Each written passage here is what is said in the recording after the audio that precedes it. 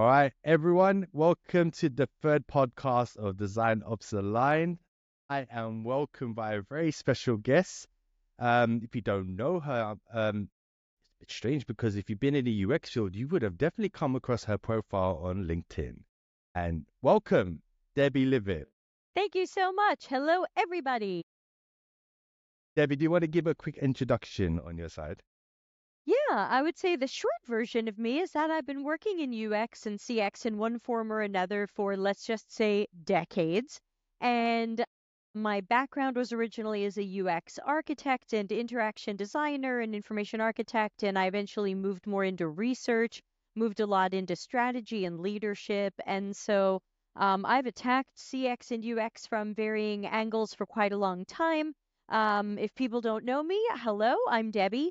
If you do know me, then you might know my YouTube channels, of which I've got two, Delta CX and CX-CC. I've got a bunch of books out. My third and so far best is Customers Know You Suck. And then I ghost wrote Larry Marine's Disruptive Research, which I recommend highly to your audience. And as I'm talking to you, secret book number, I guess technically 6 is being edited and will be out in third week of September, but I'm not saying much about that yet. Everyone just follow me and look for announcements. I'm going to dig into that as we go through this You're conversation. going So, to, I have a yeah. feeling you're going to like it. Ah, brilliant. Debbie, welcome to the 2.0 version of our podcast. I don't know if you watched any of the other two. I was very honored to have like great guests like Darren Hood and Laura Baker. Brilliant guests. And yeah, this is now the second version of our the 2.0 version. And the reason why we went down this route was our marketing team really wanted to test out the water. So we done our MVP. We actually followed our core design principles in this, tested out what works, looked what didn't, and now you're at the 2.0 version. So I'm I'm really glad you're honored, here. honored. So I'm looking forward to this podcast because now I've been told I can speak freely. I don't have to stick to a script. I don't have to be looking at anything. I want it to kind of be very kind of personal. Well, Um, you can speak freely with me, you can challenge me, you can disagree. It is, all of it is welcome. well, that's pretty much what this podcast is going to be about. And I think we connected on a level where we kind of discussed how UX and the evolution of UX design is kind of going. And I really liked your answer when we first met about how UX has adopted in the mainstream and how it's changed over the years since when you first started and to where we are now, and how everything within the industry is completely upside down, as Darren Hood said it. So, what's your take on this? Yeah, I think the way that you feel about UX tends to match when you got into it. When you think about the people who got into it a long time ago, Darren certainly got into it before I did. I got into it before some of your listeners did, and that doesn't mean anybody's better. It just means we have a different perspective. So I think the longer you've been in UX, the more you feel like it's changed, and probably not in a good way. Whereas people who got into it in the last few years, it's been mostly the same the last few years. So they're like, who are these people on LinkedIn and why are they so mad? And so I think that the perspective that we have, the short version would be that very relatively early in UX, let's talk about like the 2000s into the early 2010s. A lot of what people like me were hired to do was at its core to be a critical thinker and a problem solver. We were hired to take a strategic, a human-centered design-led approach to whatever problems a company was having. Sometimes those were solved with digital stuff, might be services, but the idea was, hey, we've got something going wrong here, whether that's bad for the business, bad for customers, bad for both. Can you understand this and make it better? And these were the types of jobs that we had. And they kind of shifted, I think, in the 2010s and especially the late 2000s for reasons we don't have to go into, but especially because of the word designer on our title, a lot of people thought that we just come in and make things pretty, that we give it the branding look, that we decide how round the corners should be.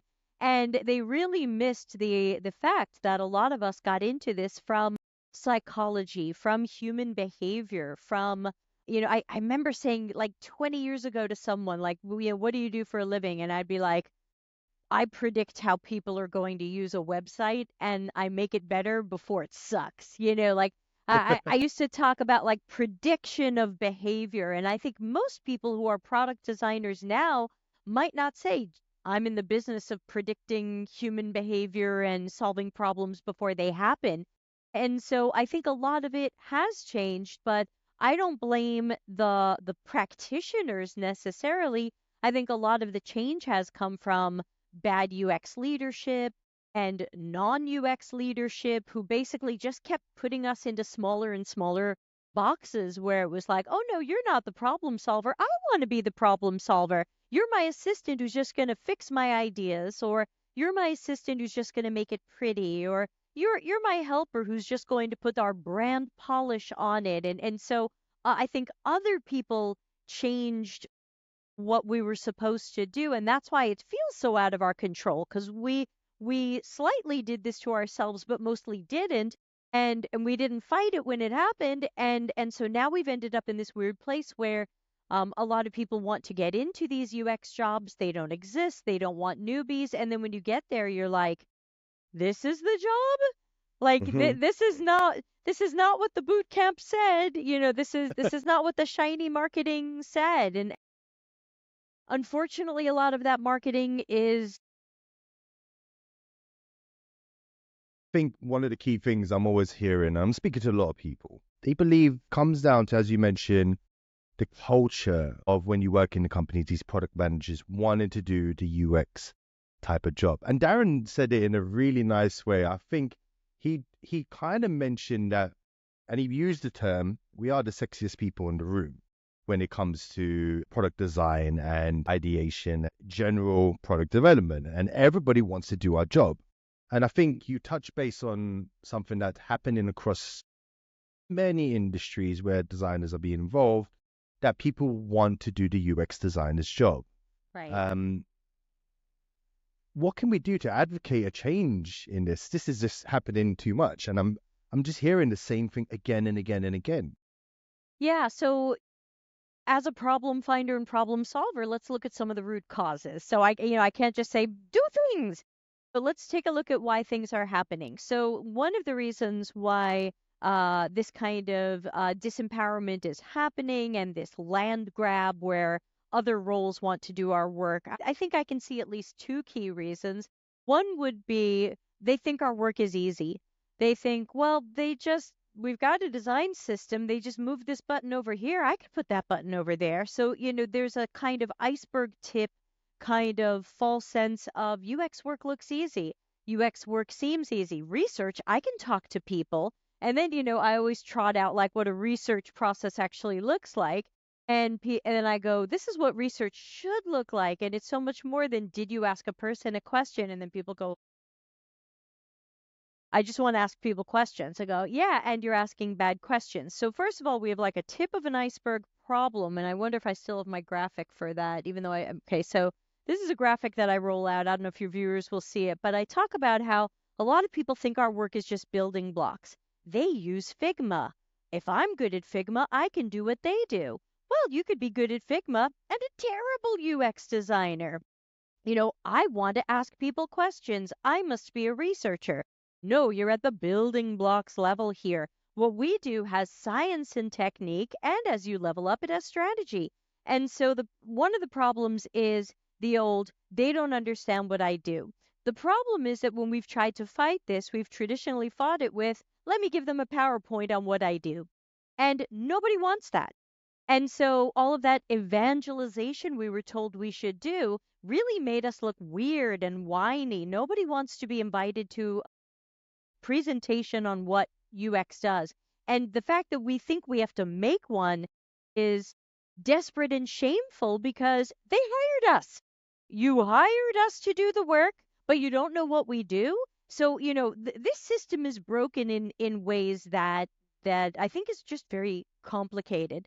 And then the other side of this issue, or at least the second root cause, even though I'm sure there are much more than two, but let's just focus on two to keep it easy, is If Darren says we're the sexiest people in the room, we may or may not be. But I think that we do high value work. It's not a competition. Yes.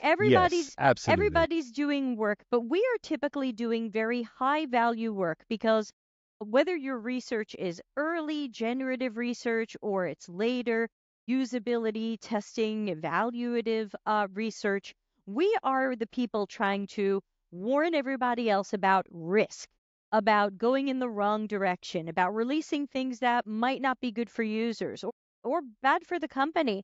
And we've got some bad news usually. We are the bearers of bad news, but we that work is very valuable. Being someone who can contribute to understanding risk and mitigating risk is high value work.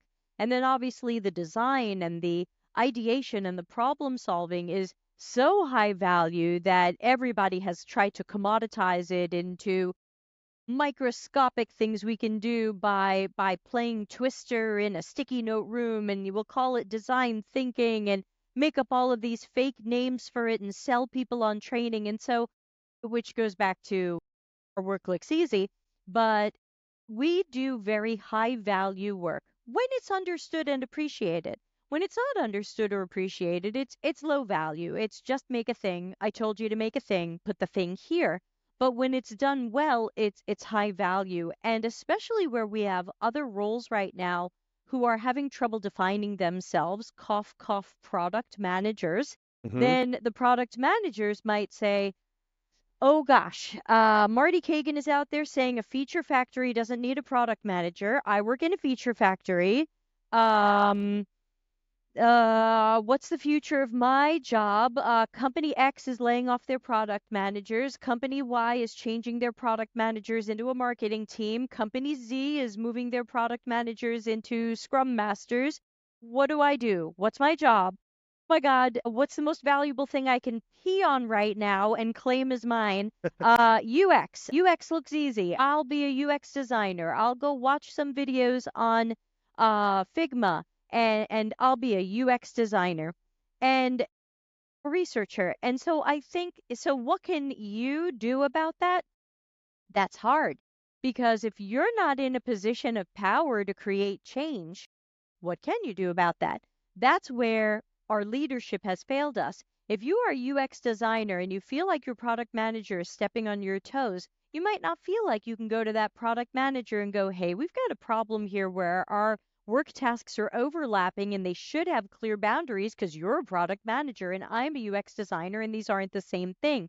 But a lot of people are afraid of that conversation or that confrontation. It might not go well, and we're pretty disempowered to begin with.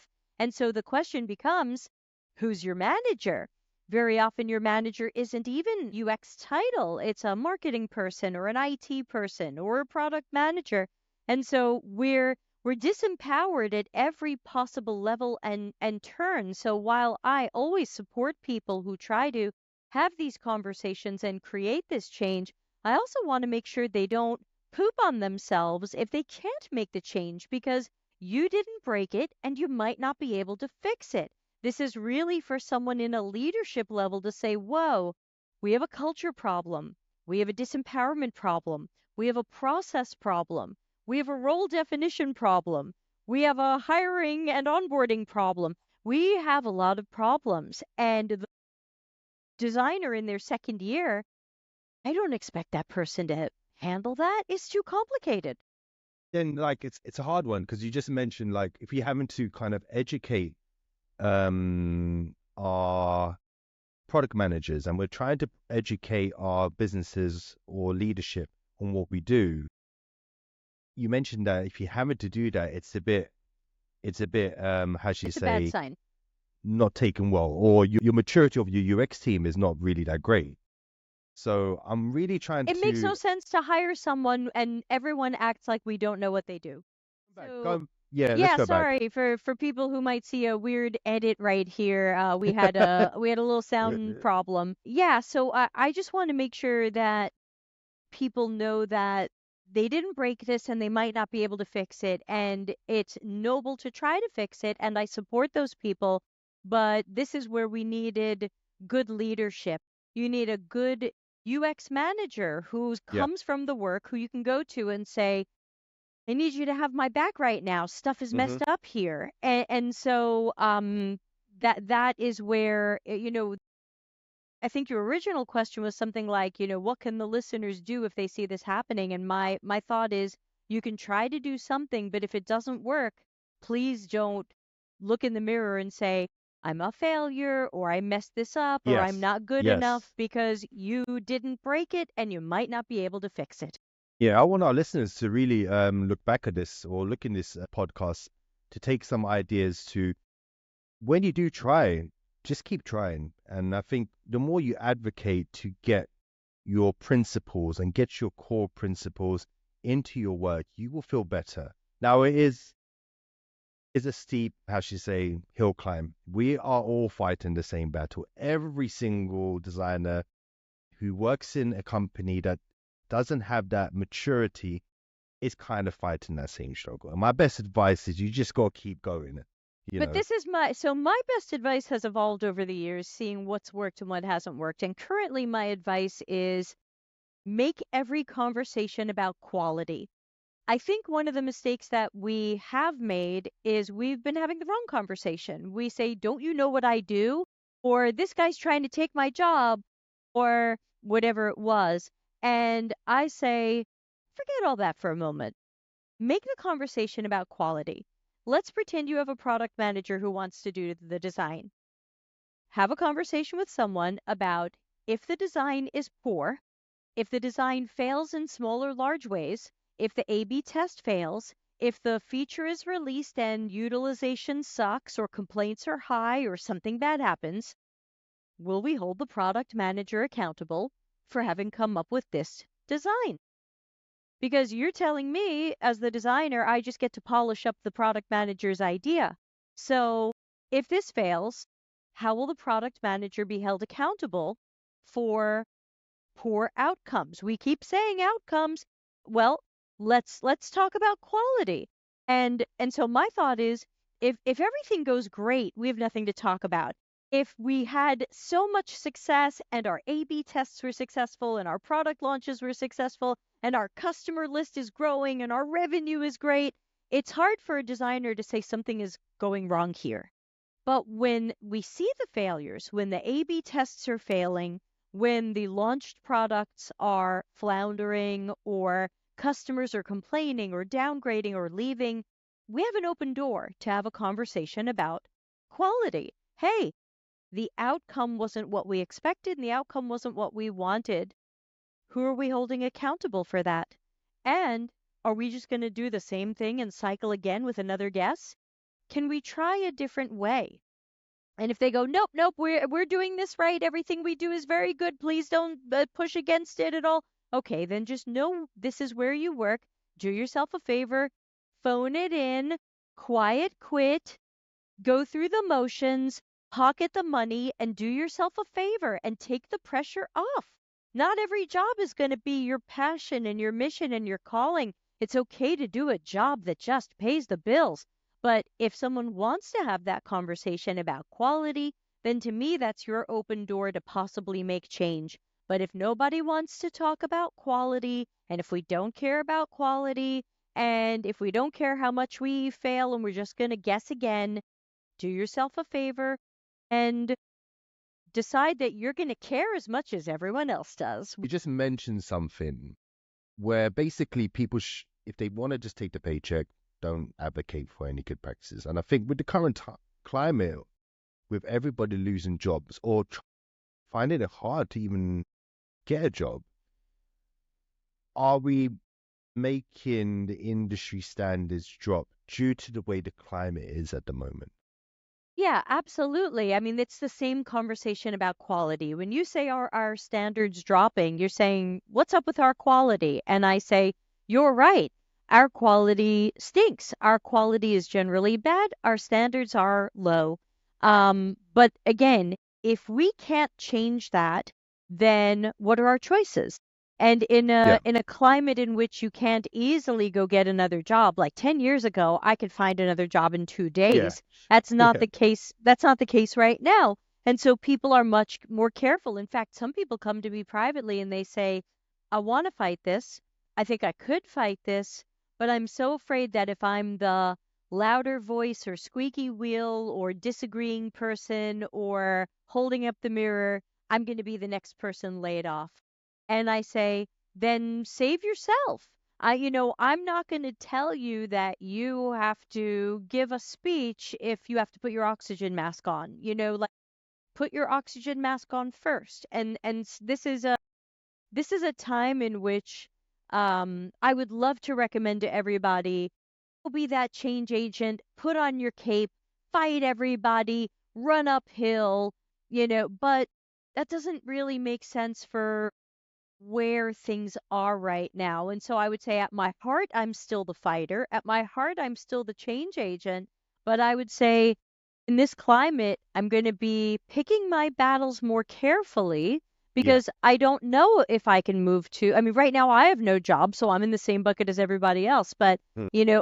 if I had one, it's like, okay, how much do I say right now if you don't have that supportive environment? Luckily, my last job was the kind of place where I could point out a couple of things and have some unpopular opinions, and I was surrounded by smart people who were willing to consider them. That was a good job, but not everybody can say that.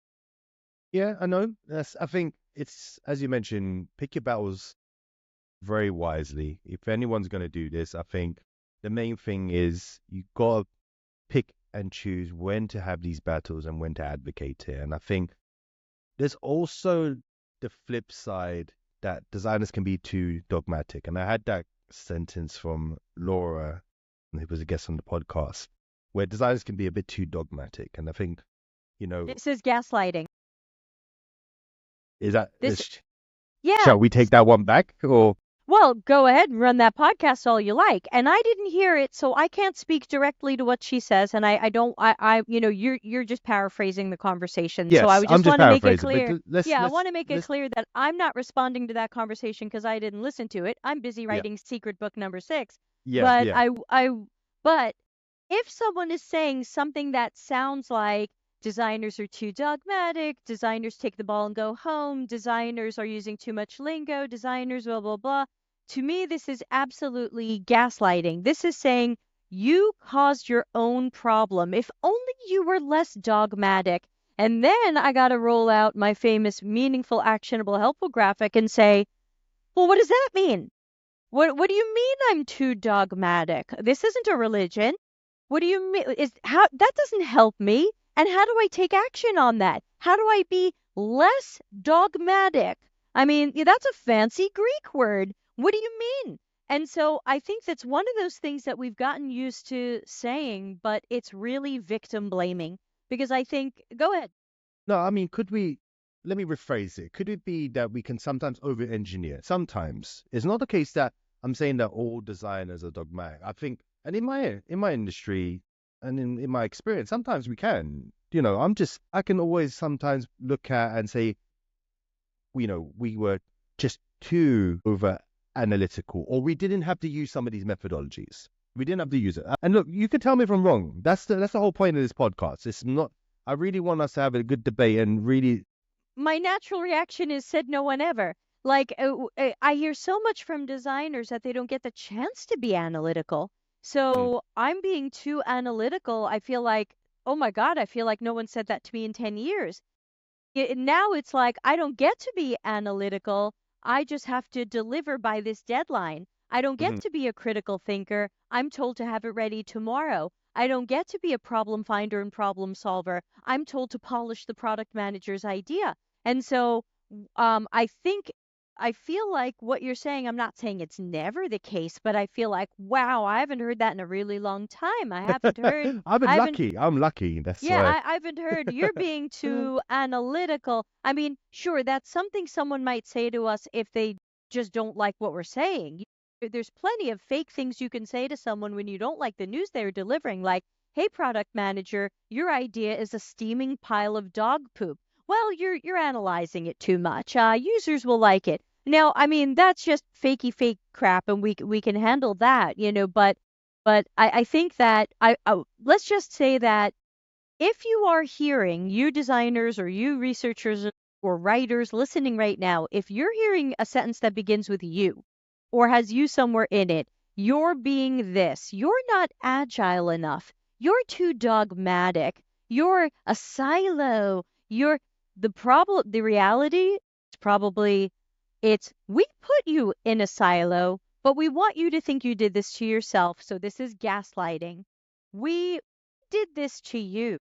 We made your job this way, but we want you to think you did this. And the thing is, it's a fake sense of control. Meanwhile, you feel a loss of control. You feel like my job is out of control. I can't do the work I want to do. I can't do what I want to do at the level of quality I want to do it, but they're telling me I did this to myself. Well, if I did this to myself, I should be able to undo it, but yet I Yeah. can't. Yeah. And Yeah. so this is where I say that a lot of these things that you see on LinkedIn and in Medium articles and on podcasts and in YouTube videos is gaslighting. And that's why I want people to put on, as we say on my YouTube channel, your critical thinking hat, which is represented by this particular set of Disney ears that I wear. If this is a Very video lovely. podcast, Very thank lovely. you. Very, very Thank you. lovely. These are the Steampunk Couture ears from 2013, because I'm a Disney fan, as you can tell. Oh, And yes. Yes. this Blatantly. this is hipster Mickey, which is freaking awesome if you think about it. And so, I want to make sure that people have their critical thinking hats on, and when someone says, "Well, you did this," um, this is going to trigger some childhood stuff for a lot of people. This is going to trigger a lot of defensiveness. This is going to trigger confusion. I did this. And so, but we get this is what gaslighting's all about. And so I want to make sure, even if people don't react in the moment and go, this is crappy gaslighting.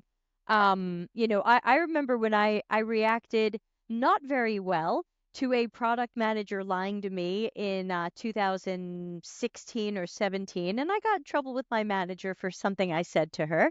But then she got in more trouble for what she was doing. So I got in a little trouble first, and then she got in more trouble. But I did get in a little trouble for saying something inappropriate because she was lying, and I basically said, "You are lying right now." And when she kept lying, let's just say I ramped that up to an unpleasant comment. And so the problem is that we're treated like it's you. Yeah. And I want to make sure that people listening know, could it be you? That's for you to ask yourself. But chances are, even if some of it is you, it's not mostly you. These are mostly things that are happening to us, and they're not things that we caused, because if I caused it, I should be able to improve it, and we typically can't. Okay. Listeners, if you're listening to what Debbie just said a second ago, I would advocate to always try your best to, when you have a problem, be civil. So I want to make sure that our guests are Yes, not don't do what I did. enraged. Oh boy. Yeah, don't do that. Don't do I that, never Debbie. did. I never did that again. Yeah, I'm not please. proud. I apologized. I'm not Yeah, yeah. proud, but But I sometimes lost it my happens. cool. Yeah, it happens. I think we've all been in that situation when you lost your cool. Go outside, go for a walk, have a Coke, have a smile, try and chill out. And if it continues, then by all means, do raise it up. But Yeah. Debbie, I want to ask you something. Sure, Why sure. is it that product managers, well, okay, let me put that in a better way. Why is there not a UX product manager? And I've spoken to many companies, in our Design Ops Aligned sales team, they speak to Fortune 500 companies. They're speaking to, very small organizations of like 100, 200 people. And whenever they've delved into the organizational structure, they've always told me there's never ever a UX product manager. Yeah, that's not a thing, but if product managers have their way, we seem to be headed that way, where a product manager is going to engulf and absorb a UX job and try to make it part of product management. But we have to get in our time machine again. If you look back at jobs I had 6, 8, 10 years ago, where I was brought in, and when I was brought in, people said, we need your skill, we need your expertise, we need your seniority, we need your strategic nature. There, in some cases, I was allowed to be strategic about the product and push back on bad ideas and question some of the things that were coming down from other people. And product managers now tell me, but as a product manager, that's my job. And I go, okay, well then do it. Where are you defending? Where are you fighting for the customer? Sure, a product manager has to balance what the business needs and what the user needs, but I rarely see them doing it. It's mostly kissing the butt of what the business needs. And if we hurt the user along the way, too bad, sales will find us more customers.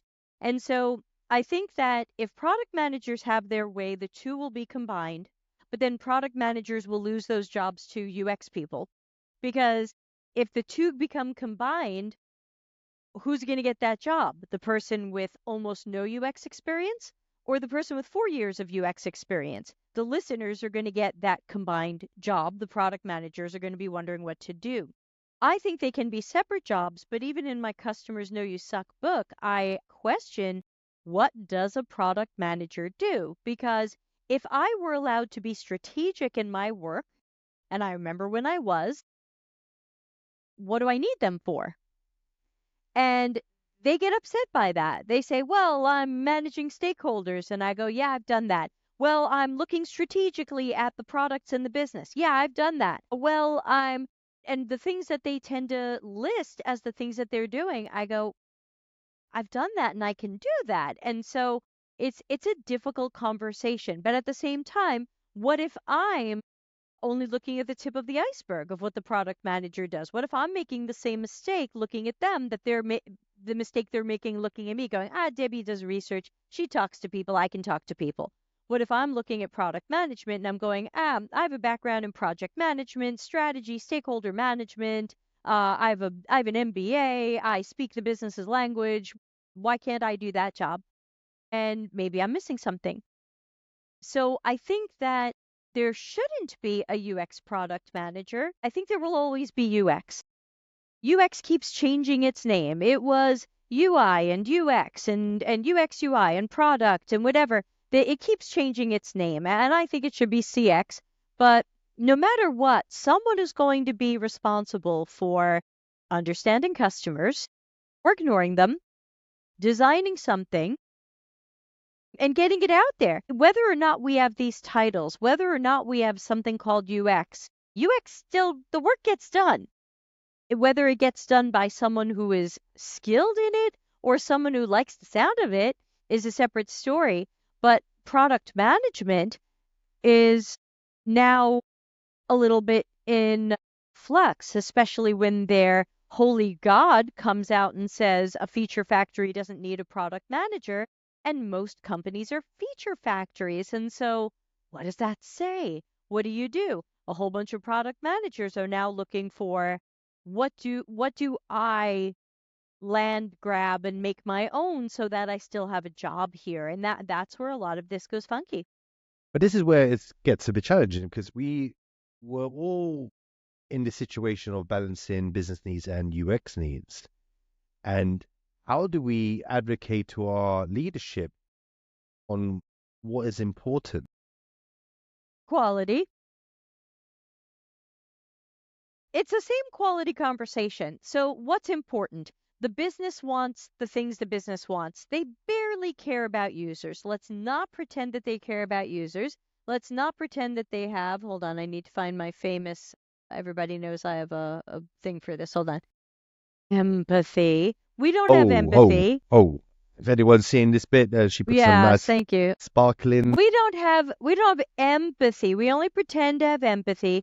We probably don't care about users. For the most part, the business just cares about the business metrics. So whether that's conversions or retention or revenue or cost of acquisition, there's always stuff that the business is measuring, and it's rarely something that is success for the user. It's rarely, did the user efficiently get their tasks done without crappy errors and having to call customer support?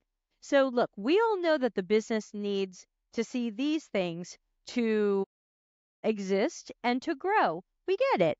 But where's the conversation about creating the quality that customers need and expect so that we can attract customers, make them happy enough to stay, keep them, get them using or buying more. Like to me, the path to business goals and the achievement of the business goals is through delivering quality and value to the user. Now, the cool part is I didn't invent that. That's in Agile. That's in Lean. That's in business school. Every single thing on the planet that isn't a book about just go fast and guess again later. The books that are just go fast and guess again later are saying something different. But every other paradigm, method, and approach says you must deliver quality and value as your user or customer would define value. Outside of that, you're probably creating risk and waste and burning time and money. And so the problem is we'd rather read and go by the books that say just go fast and figure it out later, rather than the books that say it's really important to deliver quality and value to your customers because not only will they be happy, but then you'll achieve the goals you're trying to achieve. So to me, the conversation comes back again to what would our customer see as quality and value? Because when the customer sees quality and value, hypothetically, we would naturally see people who want to sign up or buy more or stay longer or whatever it is. Yep, totally agree. Why, thank you. I can't even dissect that. But I want you to paint me a picture. So say we live in a fantasy world. How would you paint a good UX process picture? Now, before you answer, this is very important to Design Ops Align, and we're a group of Design Ops practitioners, and there's a lot of different thoughts of what Design Ops really does.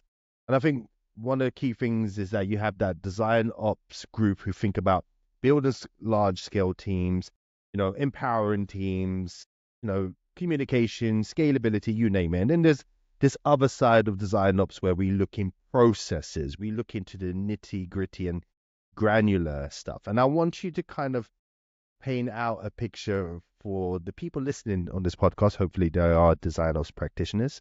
What is an ideal UX workflow and process? Yeah, sure. So the ideal process would hypothetically follow human-centered design, which is really just a variation of our good old friend, the scientific method. A lot of us studied the scientific method in school. And so basically the idea is if people don't remember the scientific method from your school, then step one was research and observe. Step two was to write a question based on what you researched and observed. Step three was come up with a hypothesis that might answer the question. Step four was design and run the experiment that would see if this hypothesis is right or wrong or partially right or partially wrong. And then the end step is to analyze that and see what your results were and decide what to do next. What happens is that a lot of companies and teams who have read the books about being fast, they start at step three. They start with, well, let's come up with an idea first. We have an idea, we have a feature, we have a design. It truly is, and it's often called hypothesis first or product first. But if you think about it, we can't be product first. The product is the output. The product is what we have at the end of the process. We don't start with that. So to me, the ideal process is human-centered design, which again is really just a more detailed variation of our scientific method. So hypothetically, we would start with our generative research. We would start with early research to learn who our target audiences are, their needs, their tasks, their perspectives, their habits, their motivations, their mental models. Not do they like this idea, not would they pay for it. That's assuming we have a hypothesis and we're trying to test it or evaluate it in some way. That's step three and step four. I'm talking about step one, where we research and observe. We watch people do stuff and we put on our detective hats where I don't have one, put on a detective hat and figure out what's going on here. Then we analyze that and we figure out, okay, what's going on here? What seems to work for people? What doesn't work?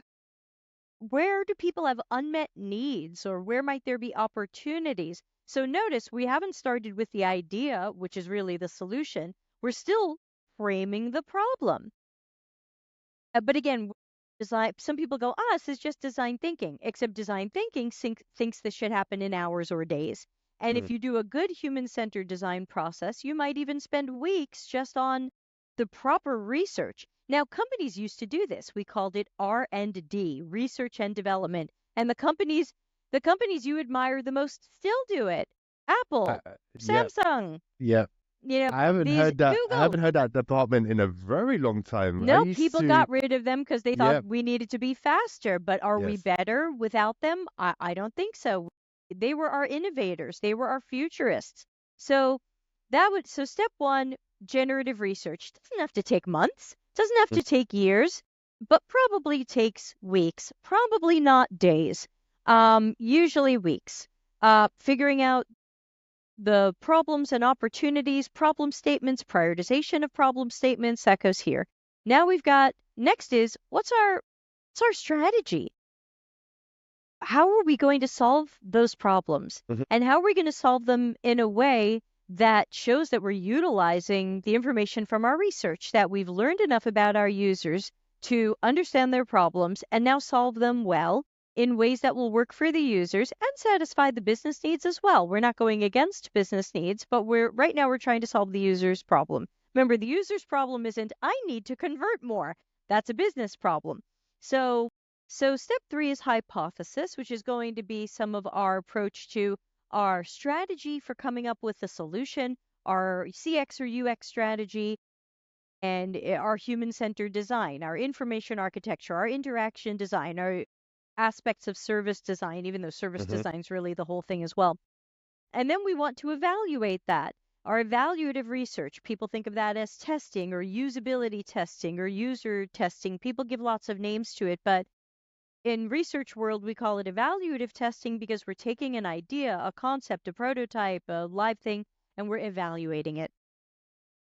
What works about this and what doesn't? And most importantly, did we solve the original problem? Yes. If we just look at, did people eventually stumble through a crappy prototype?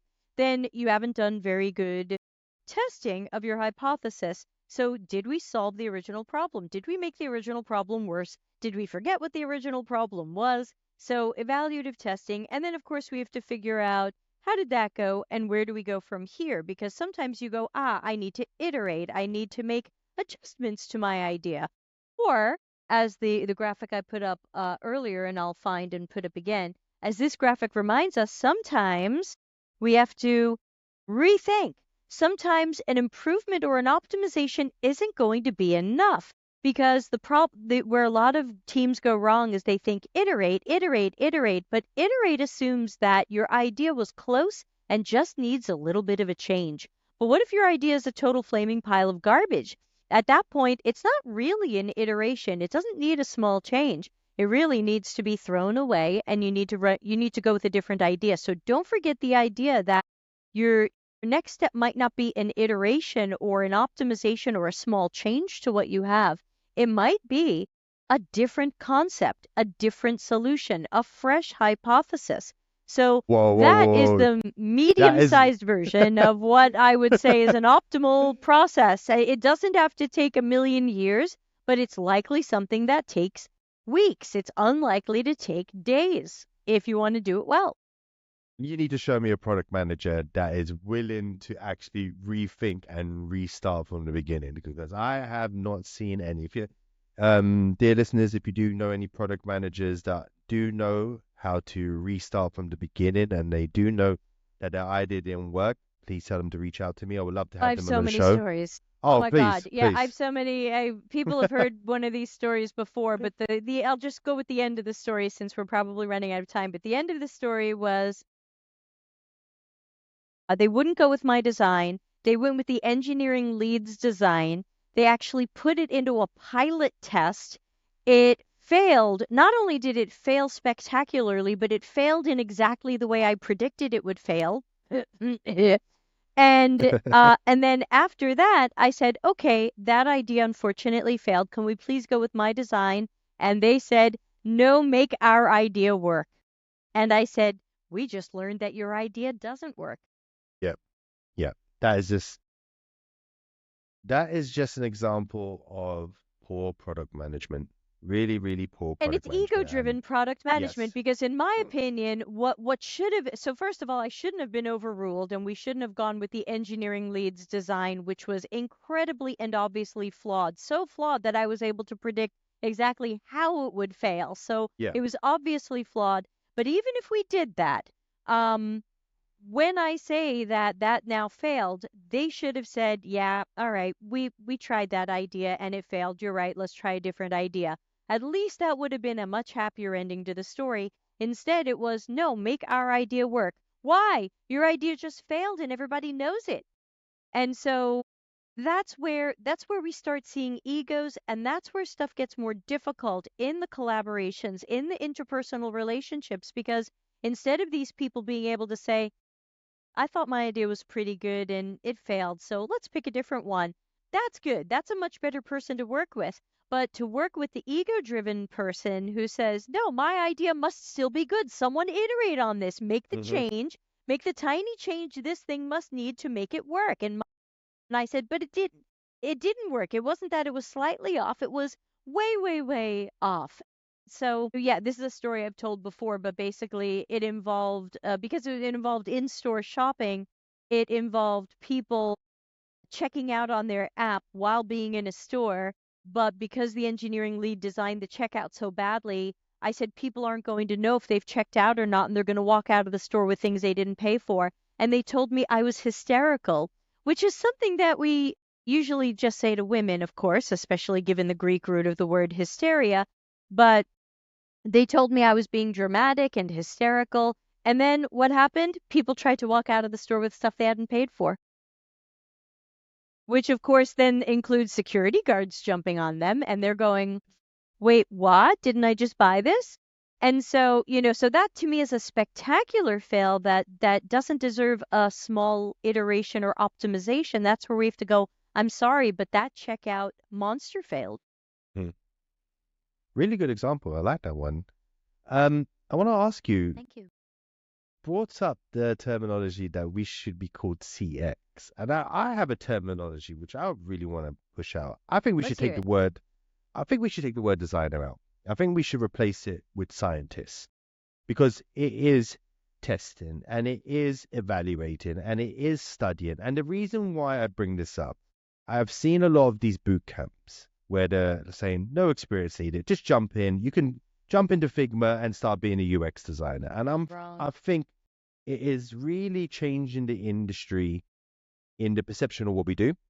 Yep, it's definitely something that, reaches down into my heart where I'm thinking we are breeding a bunch of people in the industry who are not knowing what we really, really do. And I think taking out the word designer and bringing us back to the raw pencil and paper, post-it notes on the wall, really drawing stuff where it's hand driven and it's really the raw UX needs to be brought back. And I really think the word scientist needs to be brought in.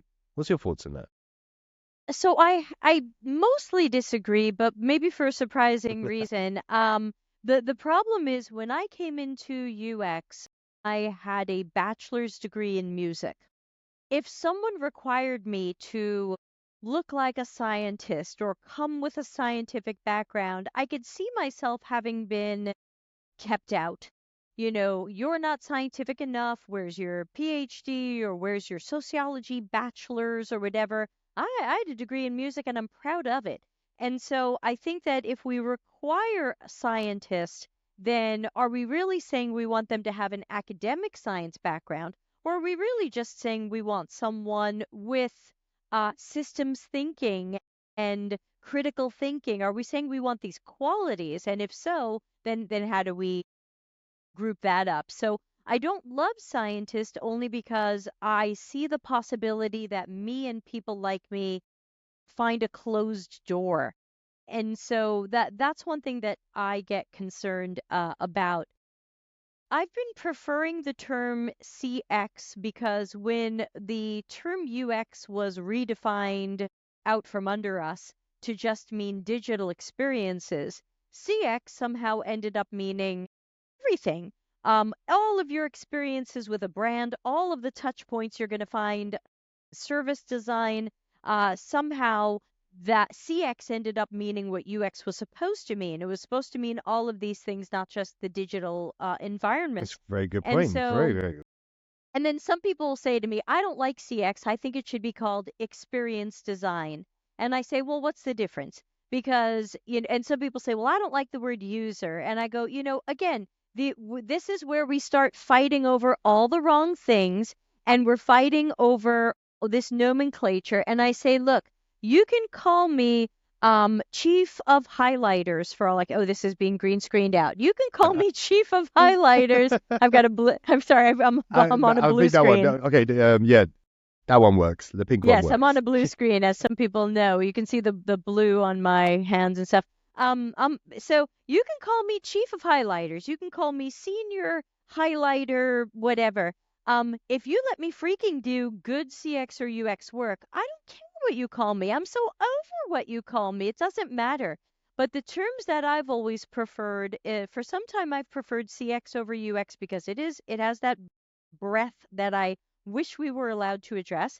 And I agree with you that designer isn't a good word. And for me, it never was because I didn't come from an art background. And so I didn't feel like a traditional artistic designer. I came from psychology and other things. I prefer the word architect.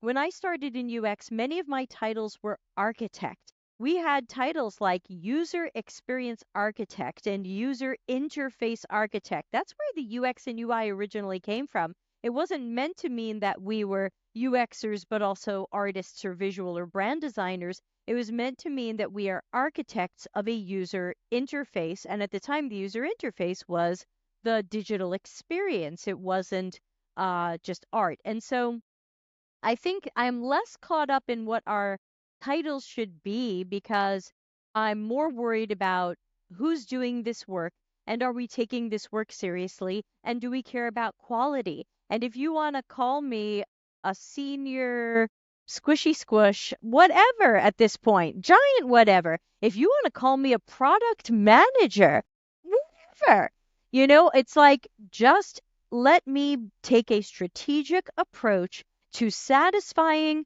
user, customer, and business goals through good problem finding and problem solving. What do you want to call me? I'll take it. You want to call me a service designer? You want to call me a product designer? You want to call me an experience designer, XD? Well, whatever. In reality, I think anybody listening to me knows I'd be a decent designer and I'd be a decent researcher, but I really would love to be a manager or higher. Like that, if you really ask me, Deb, what work do you think you should be doing right now? And my answer is, I want to fix this. I want to improve it. I want to go into a company and be the leader who is supporting your listeners. Mhm. And so, sure, I can go in and be lead UX designer and principal CX researcher, sure. But I wish somebody would be giving me that fully remote job in leadership, because that's where things are broken the most.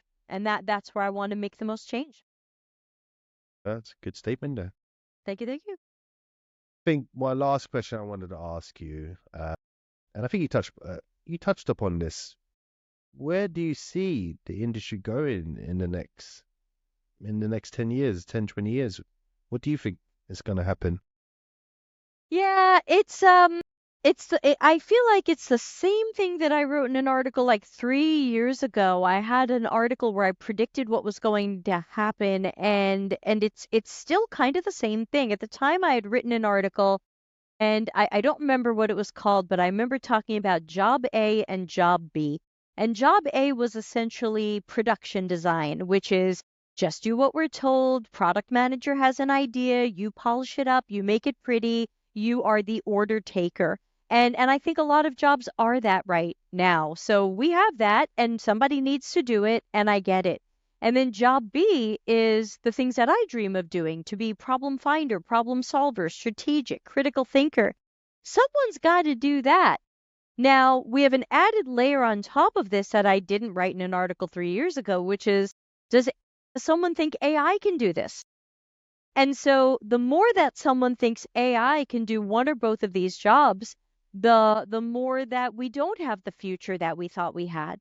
And so I think our future is very much an unknown because we gaslight each other, we gaslight ourselves. We say, "Oh, we don't have any value. We're not showing our value. We're not delivering value." We're not allowed to deliver value. If we were allowed to deliver value, they would hire us, they would pay us, they would keep us, and they wouldn't replace us with AI.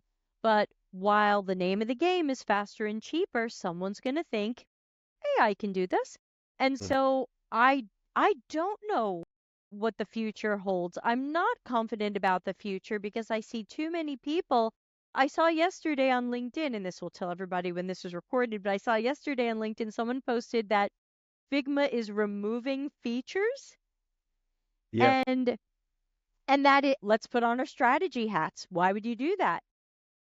You would only need to remove features that designers care about if your Hmm. target audience, everyone say it with me, isn't designers.